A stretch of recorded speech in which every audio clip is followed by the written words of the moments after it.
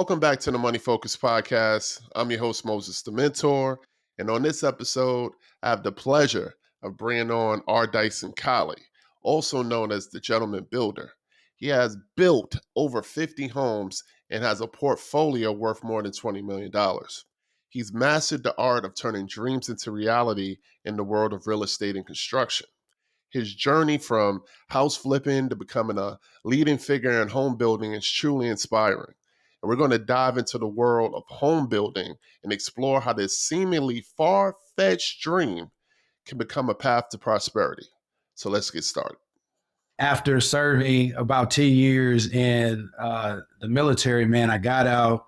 I'm a network engineer by trade. So all I know is IT and working on computers and things like that, man. I built a couple of Fortune 500 computer networks and stuff like that. So I did IT for 20 years. But one thing that intrigued me during that time, I read an article by Warren Buffett. And he said in the article that there are more millionaires made in the real estate industry than any other industry. At that time, I decided that I should no longer be working on people's computers and I should somehow find my way into getting into real estate, right? So, Sure. Fast forward a couple of years later after reading that article, I had the opportunity to join a networking group here in my local area of Dallas. Joined a networking group, got me a mentor, started doing fix and flips. My first year in real estate, I did about 7 flips, kind of got, acclimated to the whole real estate industry, things like that.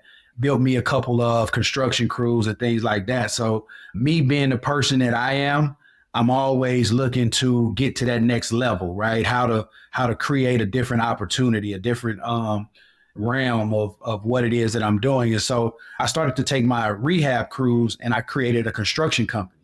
And so my construction company now, outside of doing fix and flips, I was also doing renovations for clients, doing bathrooms, redoing kitchens and things like that.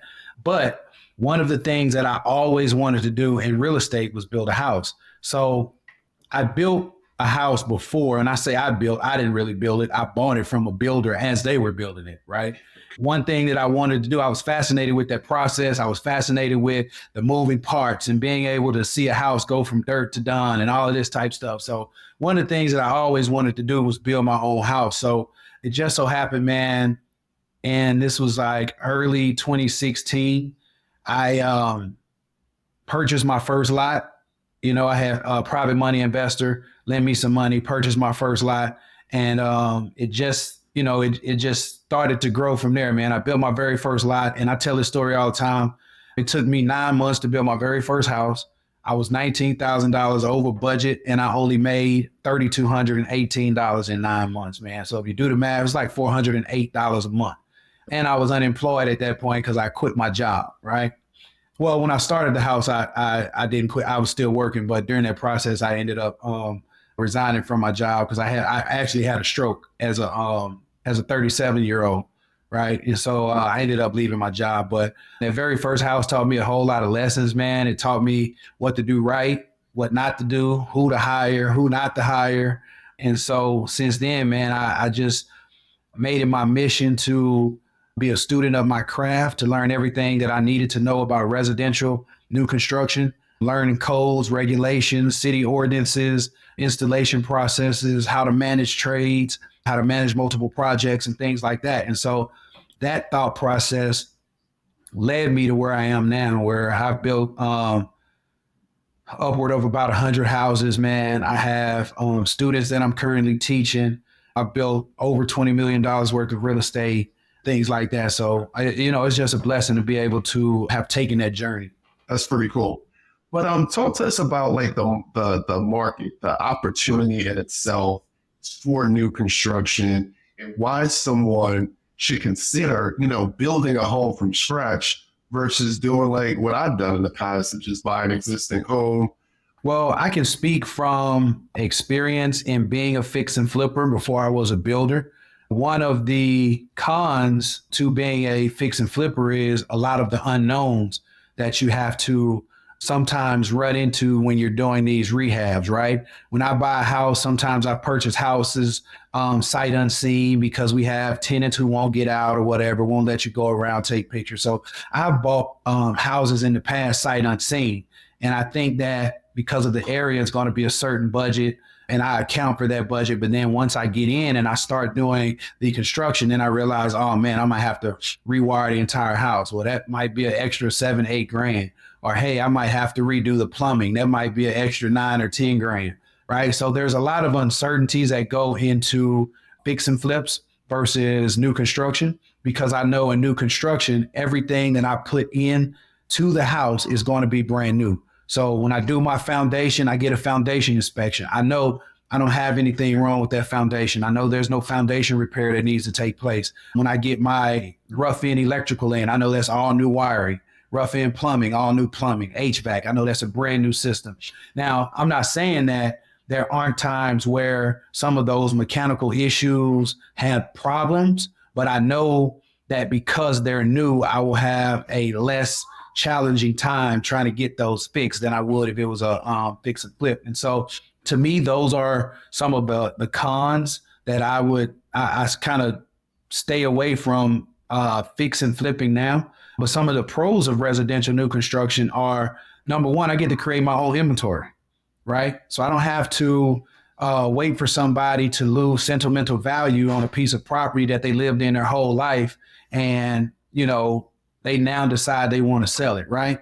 I can go find a piece of land anywhere in the United States. And if I can purchase it, I can probably build a house on it, right? So I get to create my whole inventory. But then outside of that is I teach my students, man, there's 13 states in the continental US where I do not need a license to go build a house, which means anybody that has the skill can go to any one of those 13 states and start building the day they get there.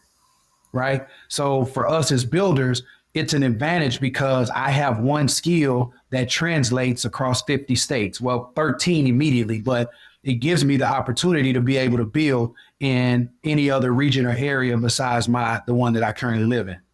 And not only that, man, you make a lot of money. Let's not leave that out, man. Okay, you make a lot of money.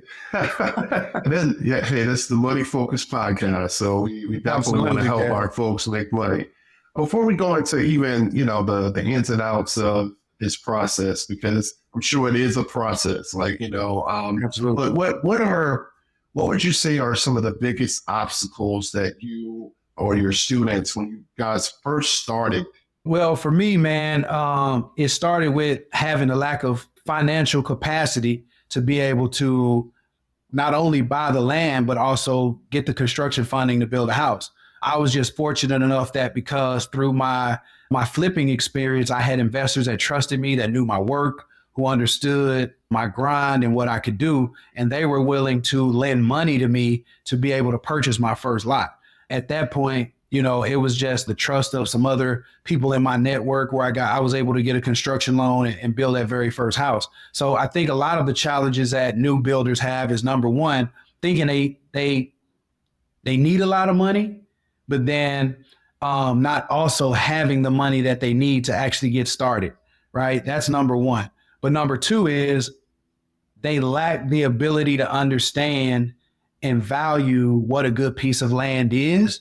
There are so many good pieces of property that people pass by every day just driving to work that they don't see the value in because they don't know how to assess it, right? They don't know how to look at it and say, hey, my utilities are here. That's a check off the thing. If the size is large enough for me to put a nice size house, they don't know how to go check market comps and see what houses are selling for in that area. So all of that plays a part into why people hesitate in getting into new construction.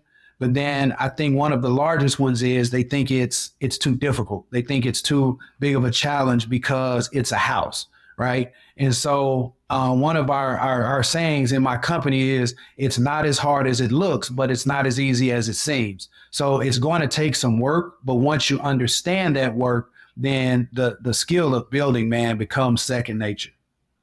Appreciate you breaking that down. So let me ask you that, because you mentioned about, obviously it all starts with the plot of land. And you're right. I drive through my city and also the city I invest in. especially in Cleveland. That's a million empty lots everywhere. It's crazy. Man. What's the process of buying land? Like, is it, for someone who has no clue, right? So if you see a plot of land, you say, hey, this has a lot of potential. I know you mentioned something about utilities near there. Kind of walk us through that initial step when someone finds some land that they want, and what process, what should be those first few steps that they do to get the ball rolling? So the most important piece of purchasing land is being able to do proper due diligence. And what due diligence is, in a nutshell, is taking that piece of land and going through every stage of critique for that to make sure that it's going to be a buildable and profitable lot. Whether that is checking to make sure that the zoning is correct for you wanting what you want to build, whether that's a residential 1 through 4, whether that's a single family detached, whether it's a duplex, whatever the case may be, understanding the zoning requirements to know what you can actually build on there. You heard me mention utilities. Without utilities, then really what you have is just a kickball field, right? Because there's nothing you're going to be able to do with that lot, right? You have no water to it, no way to dispose of sanitary waste and things like that. So utilities play a big part. But then one of the biggest challenges or biggest mistakes that a lot of new investors make or new builders make is not understanding how to find information about properties that are in a flood zone, right? Most people would say, if I asked you right now, where would you go to find flood zone information? What would you tell me? I would just go to some government site, Absolutely. That's probably yeah. Absolutely. And most people, that government site that you're referring to would be FEMA. And most people think that to go find the most current flood zone information, they're going to FEMA. But what people don't understand is FEMA can be anywhere from 12 to 36 months behind on local municipality data, right? So the cities update their GIS mapping systems and all that more frequently than FEMA does, right? So if you go to FEMA for a particular lot, it might say that it's not in a flood zone. But then when you go to that city website and you go start searching flood zone data for that municipality or that city, you might see that it's in a 500-year flood zone or a 100-year flood zone because their information is more current and FEMA has not caught up yet. So those are just a few things, man. Real proper due diligence is the most important part. Like we teach our students, do not ever buy a piece of land without first getting a survey, right? Survey is going to give you some important information on it, boundary points, how big the lot is, easements and things like that. And so, those are some of the most important things that, you're looking for when you're purchasing a lot to make sure you're not buying a kickball field or a parking lot. When people buy their lot, is that typically their cash or, do lots can run you, so much money that you would actually be able to get financing for that? I mean, it really just depends, man. It's a case by case scenario, right? In my experience, man, I've purchased lots with cash, and then I've also had hard money lenders that finance my lot and give me the construction loan. So it really just depends. I would say this, if you're able to purchase the lot cash, then it benefits you because most lenders and most banks will use the ownership of that lot as equity to get your construction loan, which then means it's going to lower your closing costs when you go to close on that construction loan, right? So we teach our students, if you can purchase a lot and you have the financial capacity to be able to purchase a lot, go ahead and do it because you can then turn around and use that as equity. So it really is just a case by case basis, man. Some lenders want to be in first lien position, so they want to buy your lot out. So you purchase a lot and then they roll your lot costs, the purchase of your lot costs and your construction loan into one loan. So now they have first lien position, right? So it really just depends, man. I think for those people who don't have money to buy a lot, I would implore that they try to find some type of private money lender where they can do some type of equity return on investment,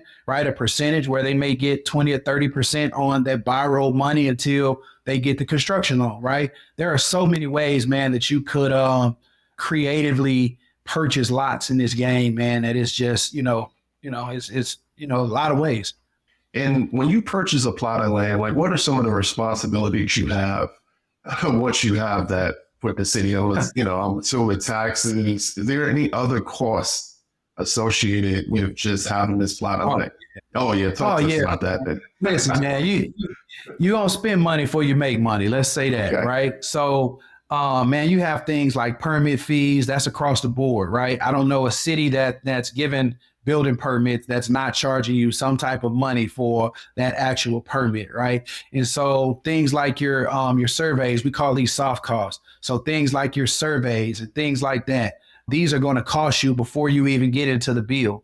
Going through the municipality, some permit fees are greater than others. So you might pay $1,500 for a permit fee here, or you might pay $6,000 for a permit in another city.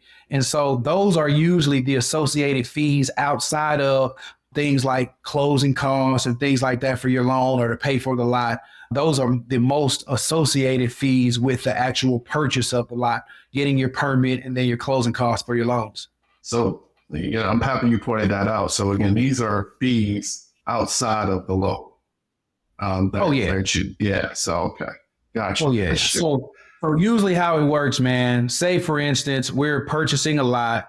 I'm paying $60,000 for that lot, right? Mm-hmm. I'm going to go purchase that lot through the title company. Well, there's going to be an associated amount of closing costs that I have to pay. Some of those may be to a realtor. If the realtor actually brought me the deal, there are going to be lawyer fees associated with that. So all of those things that are in your closing costs, document fees, notary fees, all of that stuff is encompassed in your closing costs. So that's a fee that you pay just to purchase the lot, right? So that's $60,000 is just for you to own the lot on top of those associated costs. So then what happens is when you go to get your construction loan, you have another closing. So there's another set of associated fees with your construction loan.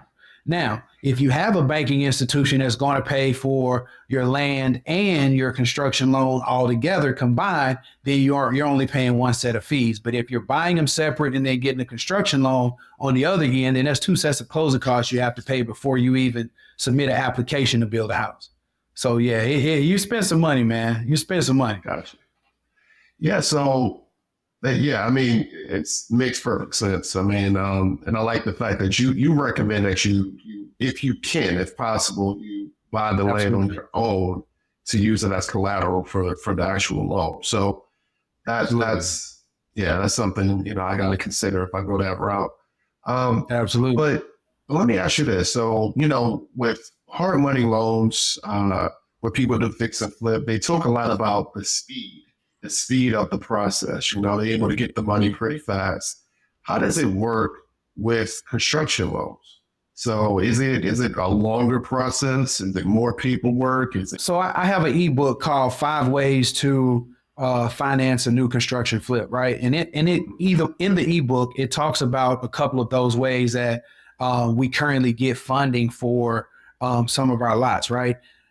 When you're talking about going through a traditional banking institution for your loan, you have to understand that they have a set of requirements that are governed by either the state, federal, whatever the case may be. So they have a different set of requirements that they have for approving builders to get money from them, right?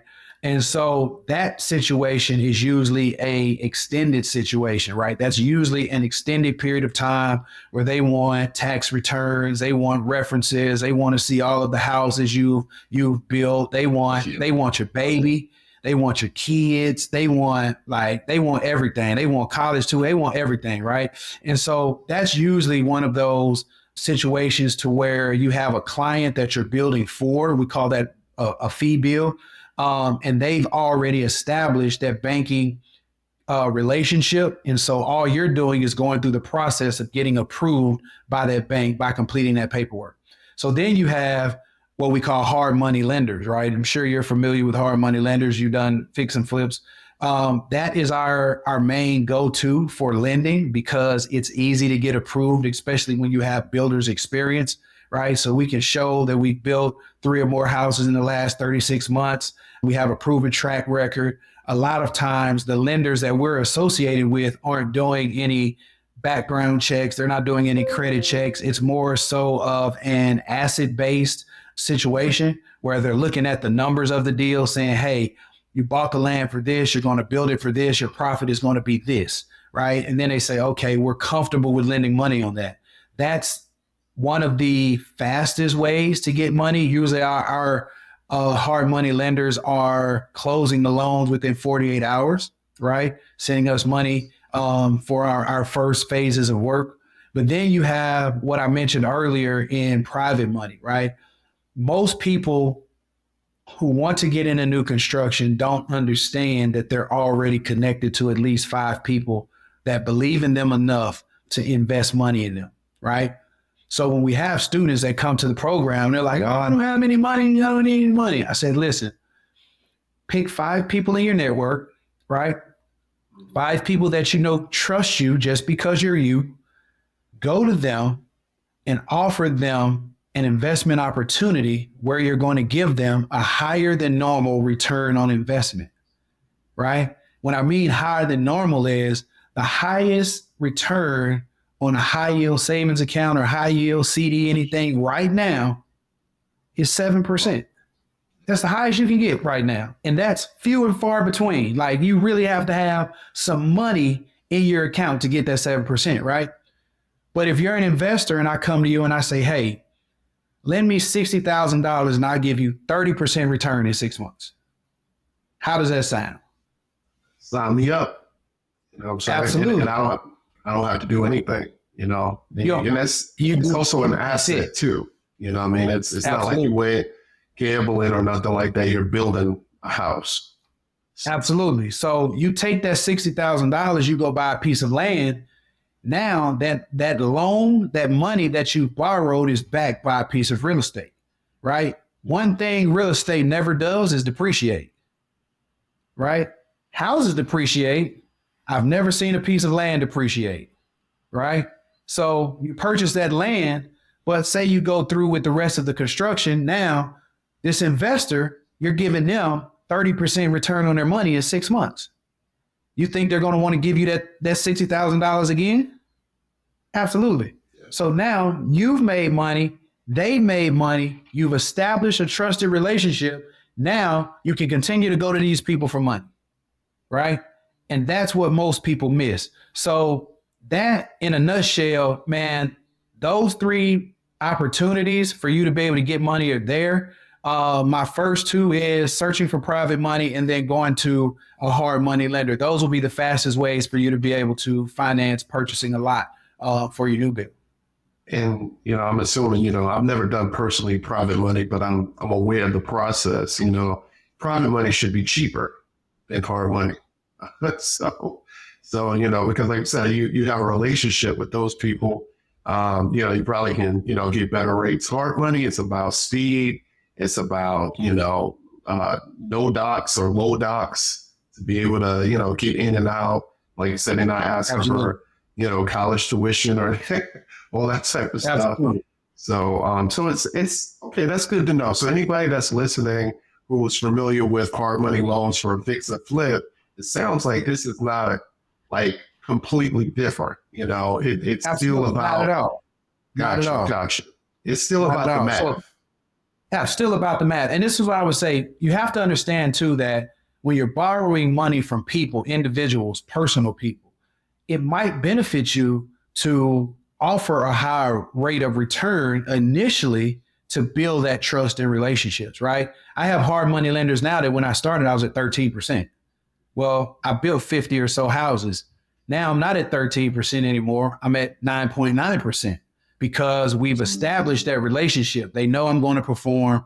I trust them to give me the money. They trust me to give that money back to them, right? So same thing with your private money.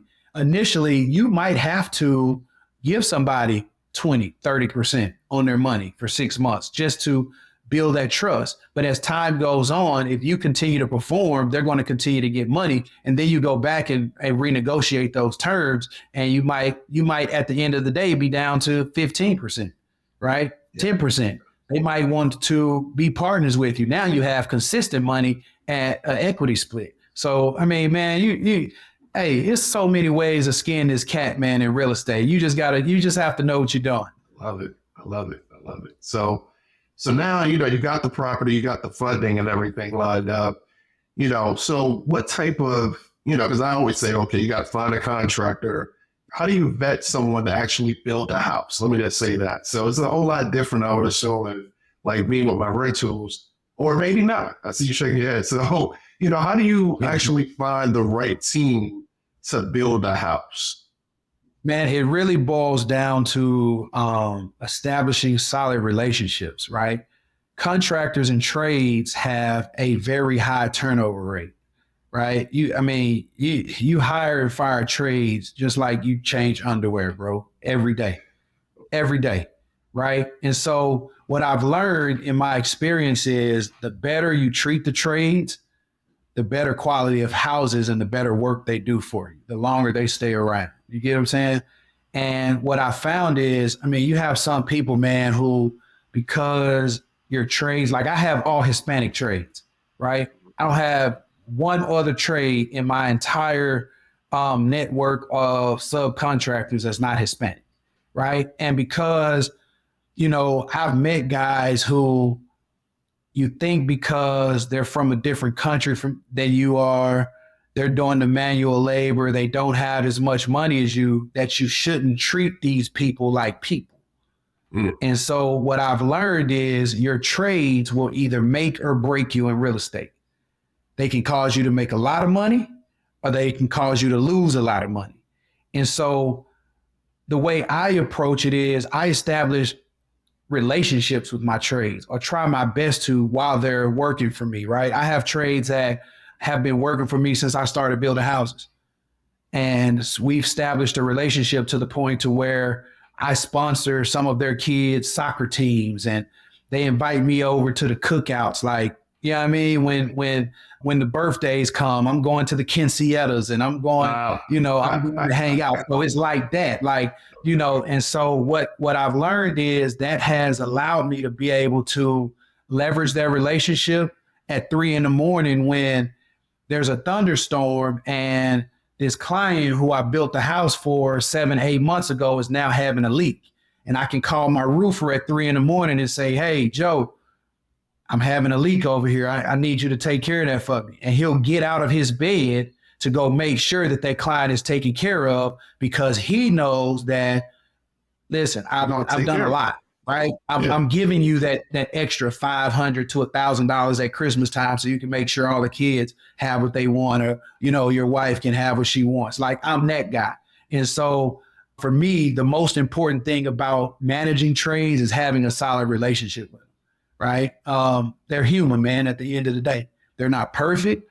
They're not going to be perfect, and you're not going to be perfect as a builder. So at the end of the day, you treat people how you want to be treated, and things will tend to go your way. So that's the labor part of it. What about do you have to hire an architect or something like that to kind of get your, let us know that part, like that part right there. I'm sure it's, man, we've been blessed, man, because we teach students right now. I have 177 students.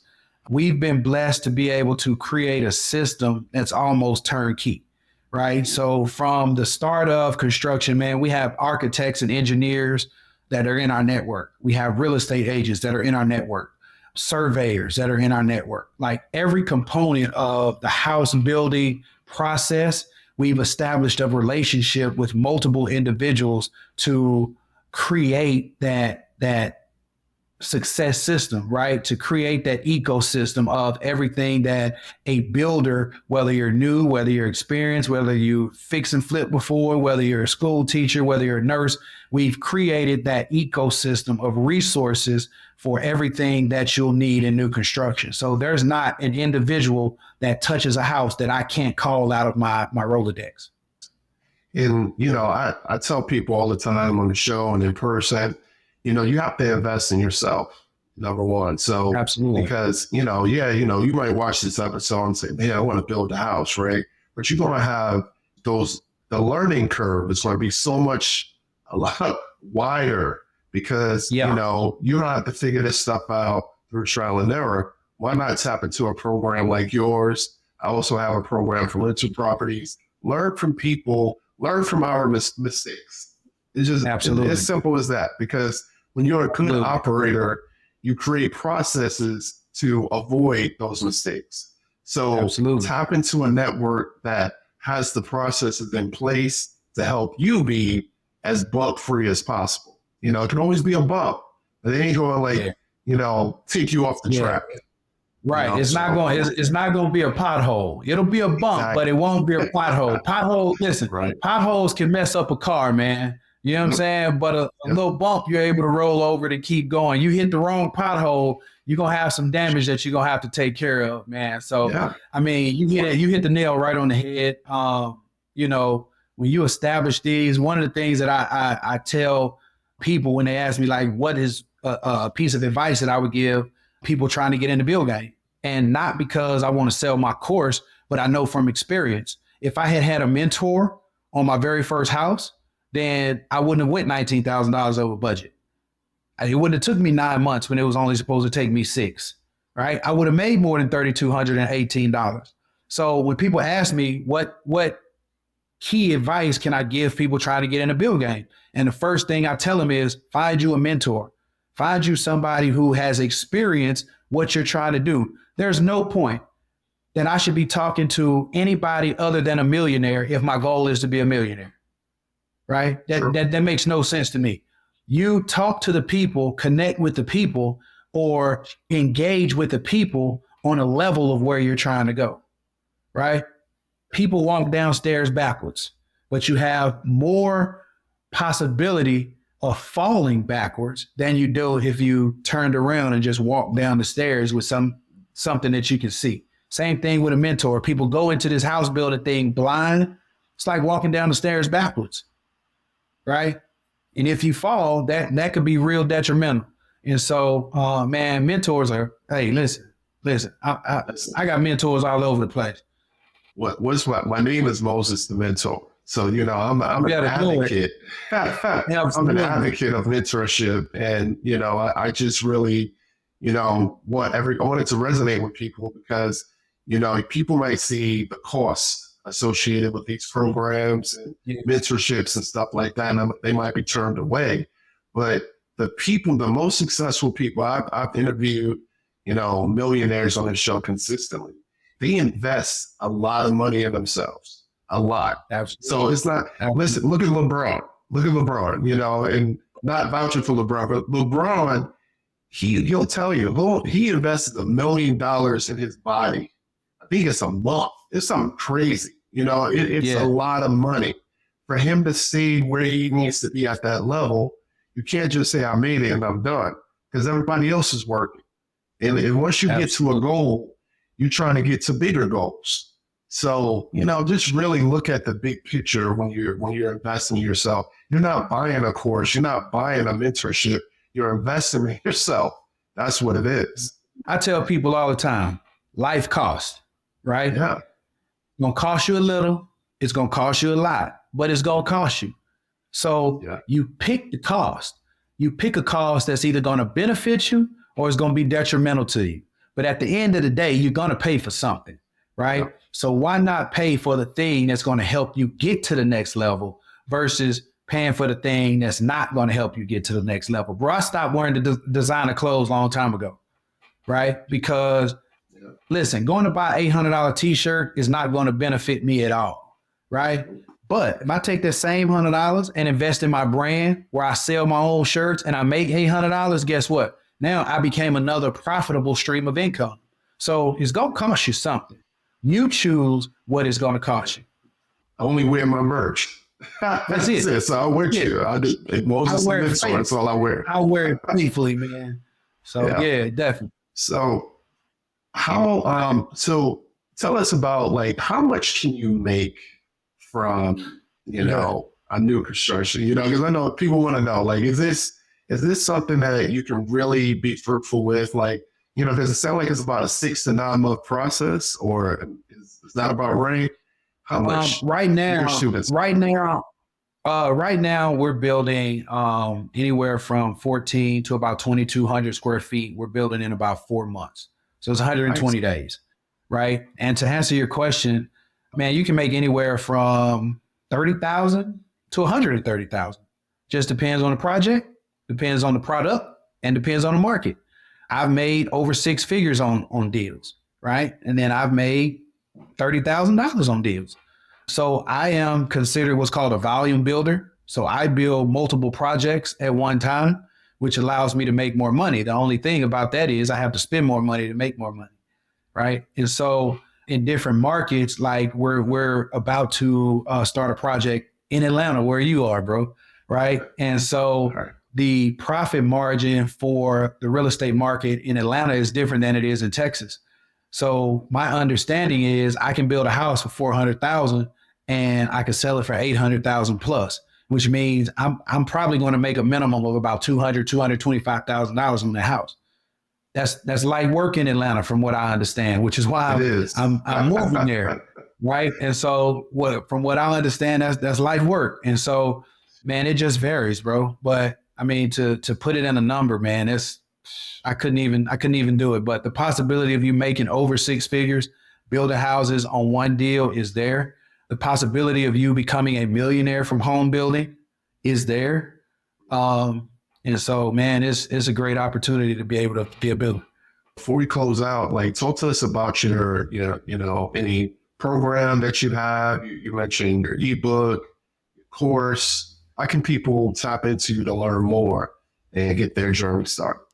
Oh yeah, man. You see, I was throwing those shameless plugs out there as we go, just so we can set it up and catch the rebound off the backboard, man, for the hoop. So, man, we do have a mentorship program that is it's focused and mainly for people in Dallas, the Dallas area. So we have a 16-week mentorship for those that want to learn how to build a house from the ground up live on site. So what we do is we take a group of collective students, we create a cohort, and we assign them to a new construction project from the time we purchase the land to the final construction to where we sell it. And they walk through an entire build process, learning everything that it takes for them to build a house from the ground up. Now, we have had students, I say it's local to Dallas, but we have had students that fly in. Like right now, I got a guy that moved from New York to Texas for 16 weeks to take this program. Number one, he did it because it's just that good, right? He heard from another individual who had taken the course and referred him in. So he moved from New York, quit his job, left his wife for 16 weeks to move to Texas to come learn how to build a house, right? So it's a Dallas-based mentorship program, but we do have the opportunity for individuals to fly out, come and be a part of it. But then we also offer strictly online and digital products. So the same course curriculum that you can get on site, we have it in an online form that runs parallel with the 16 weeks. So that one you can take at your own pace. It teaches you everything that the students building the physical house are going to learn from A to Z. You have all type of resources, man. We have glossaries, videos, over 30 hours of technical videos for you to watch. We have a curriculum over 600 pages full of new construction information, right? And so that is one of our digital products, along with like our mini course, our ebooks, and things like that. And so we do offer that. If you're looking to get into new construction, you can find the Gentleman Builder anywhere. You just Google on IG, the.Gentleman Builder, YouTube, I'm the Gentleman Builder, Facebook, I'm the Gentleman Builder. So, we're everywhere. We offer a number of products. We have a proven concept. Right now, I have students in the DFW area building $23 million worth of real estate right now. Crazy work. And these people range anywhere from, I have a nurse, I have a school teacher, I have 2 high school basketball coaches who leave work on their lunch break to come to their session for an hour and a half to learn how to build a house, and then they're going back to school, right? Man, just to give you some credentials, we're the only new construction curriculum approved by the Texas Real Estate Commission, which means I have real estate agents and brokers that can take a portion of my course and receive CE credits, right? 2.5 CE credits. In about 45 days, we will have approval by the Texas Department of Labor and the Veteran Affairs as an approved provider for transitioning and veterans who want to learn how to build a house. So, man, we're doing some major things. We have a lot of major offerings going on. You want to learn how to build a house from the ground up, just visit getinthebuildgame.com and you'll find out all the information. Perfect. And I'll make sure to include all that information in the show notes. So again, thank you so much. I think this, I'm a real estate guy, so just learning about this other layer of real estate is just huge. So I hope everybody taps in. Appreciate you. Hey man, it's like the HOV, man. You better put some people in your car and get moving.